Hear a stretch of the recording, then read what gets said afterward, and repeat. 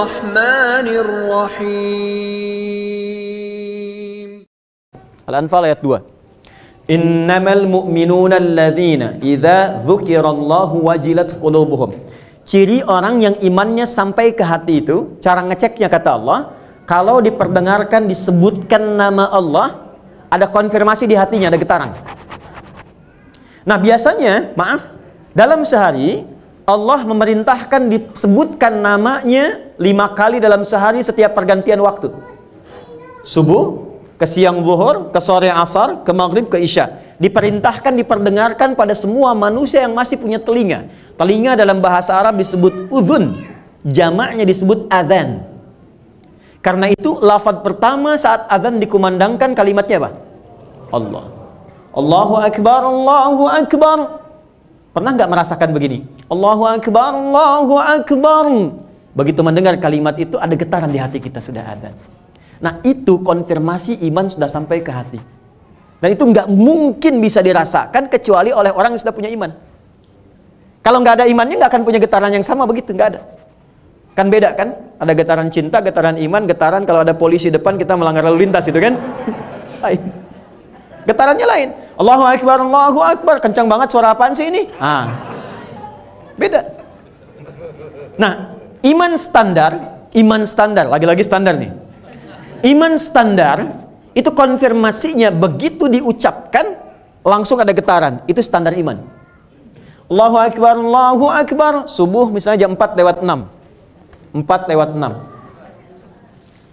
Allahu Akbar, Allahu Akbar. Ada getaran, cepat bangun, sudah azan. Nah itu menunjukkan imannya standar.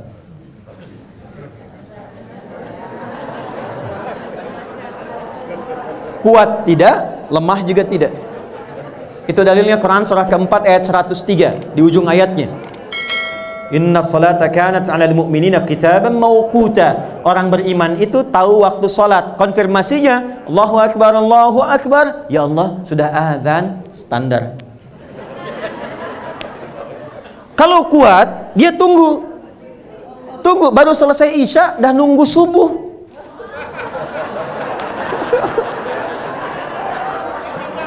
Bukan nggak tidur. Dia tahu waktu subuh 4:06, dia pengen bangun jam 3. Dia mau siap-siap sebelum dipanggil. Itu menandakan imannya sedang kuat, tinggi. Yang repot itu dipanggil jam 4:06, baru sadar jam 6:04.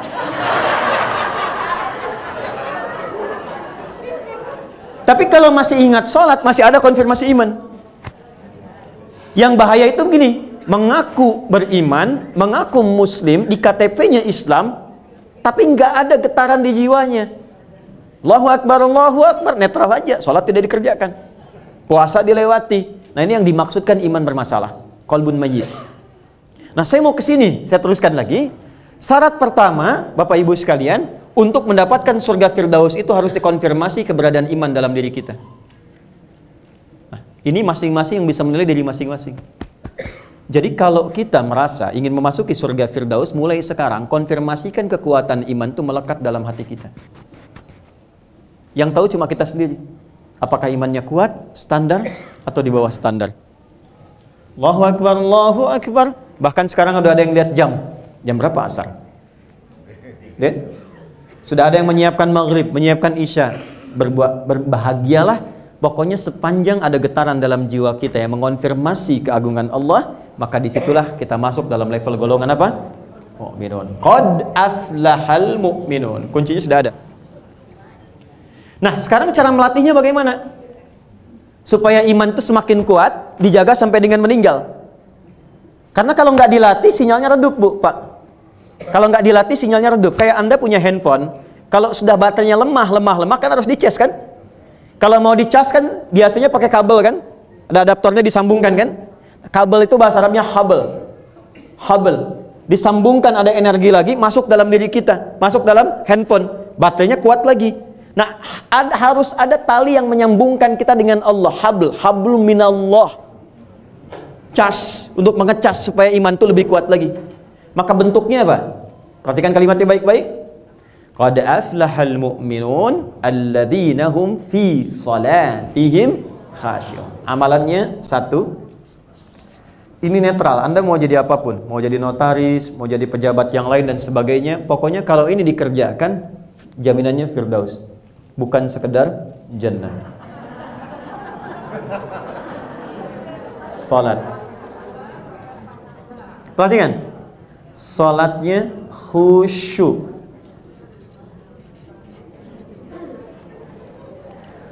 Anda mau masuk surga yang standar, jannah, yang penting salat.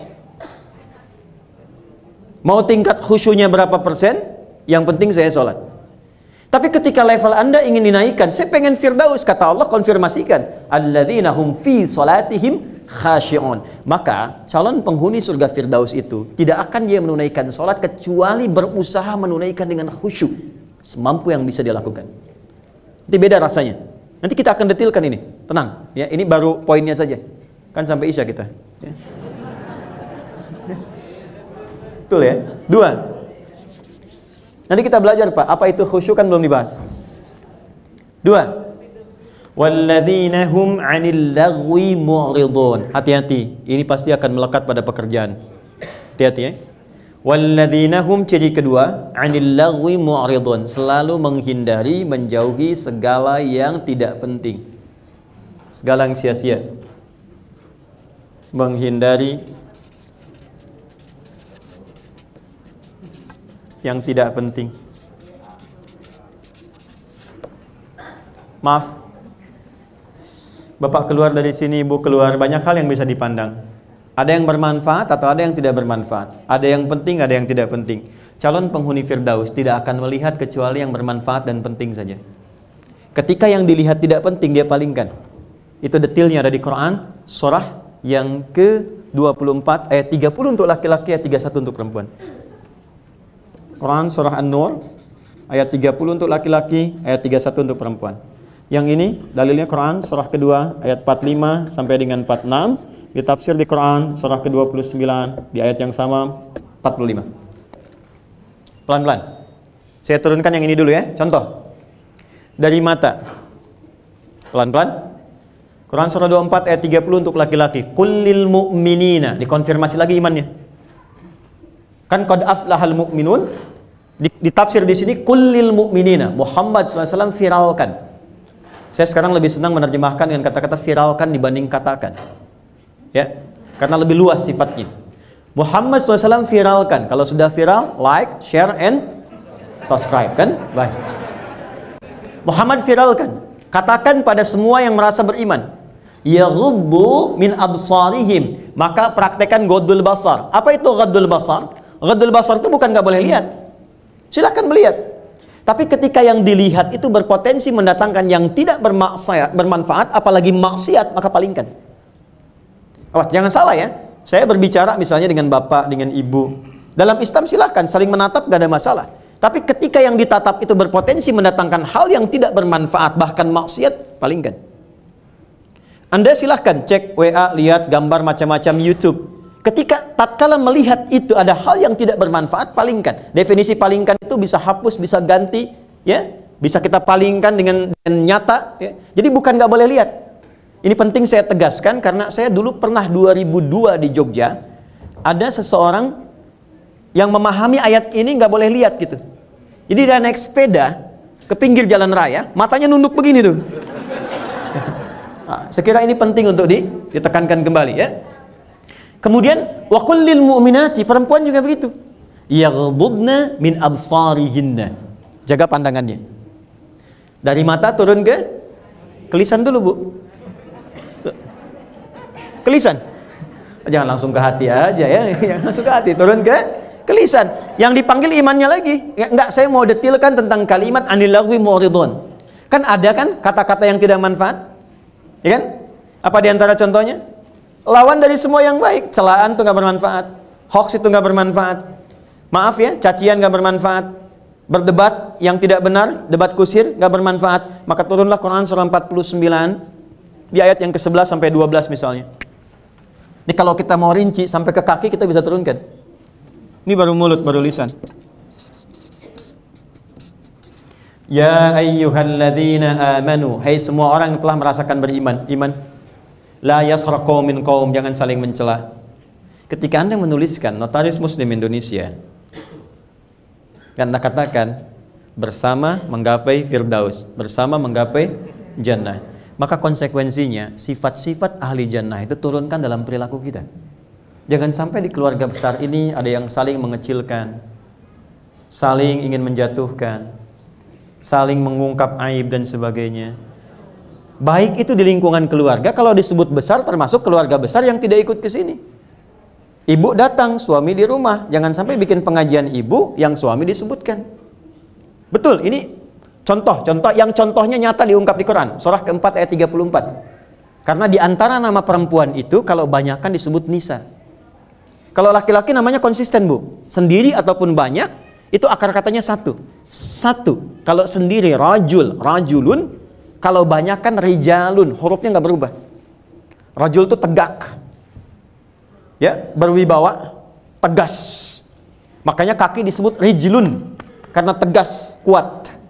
Ya, jadi kalau ada laki-laki yang melambai, nah itu ya, itu keluar dari sifat rujuliyahnya.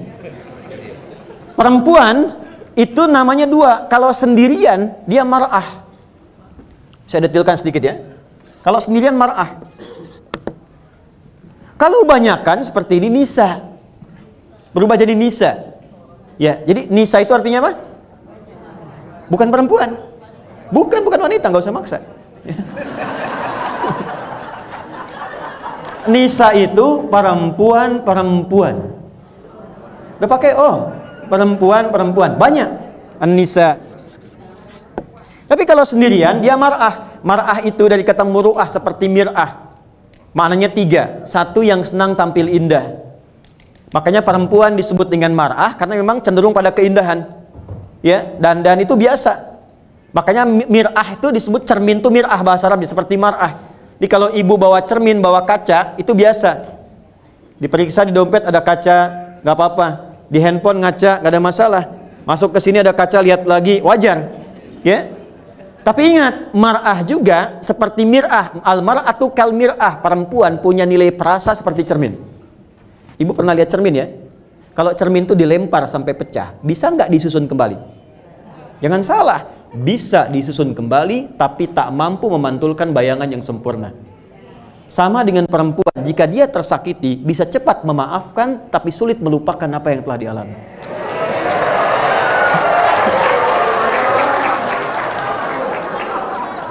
Enggak, ini saya serius, ini bahasa Quran. Jadi kalau Anda punya persoalan dengan istri sekarang, rekening listrik 20 tahun yang lalu, ikut lagi. Itu marah. Tapi ketika dia bersama, namanya berubah dari mar'ah menjadi nisa. Nisa itu apa? Dari kata nasa, senang mengungkapkan apa yang dirasakan. Saya nggak bilang curhat ya, cuman suka mengungkapkan apa yang dirasakan.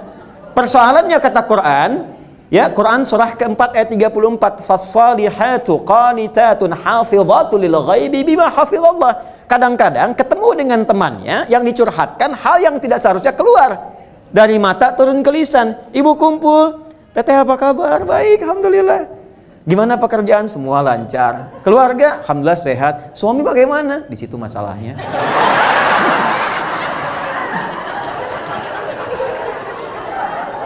Hati-hati ya. Hati-hati. Ngurus mulut tuh. Oh, silangkan yang nggak penting. Sekarang nggak harus pengajian, Pak. Sudah bangun pagi, pasang status. Hati-hati. Ini ada bahasa Quran gini, wa idza ja'ahum amrum minal amni awil khaufi adza'u bih. Itu sudah ada ayatnya. Ciri orang sakit, ciri masyarakat sakit itu semua diupdate. Semua di-broadcast. Itu ciri orang sakit. Anda keluar dari sini, lihat langit mendung, dipoto ceklik. Sekitar Bintaro mendung. Itu sakit itu. Itu sakit, Calon penghuni Firdaus hanya mengupload yang bermanfaat saja. Ingat ya. Awas. Satu hari satu hadis. Satu hari satu ayat. Sehari tampilkan nih anak-anak kita, binaan kita yang penghafal Quran. Kita sudah sampai mana ya? Alhamdulillah kita sudah diberikan rezeki oleh Allah, sudah sampai Cianjur. Itu rumah-rumah yang saya kan di kanan bikin posko Pak Bu. Kami dari hari pertama gempa Wahker sudah ada di sana.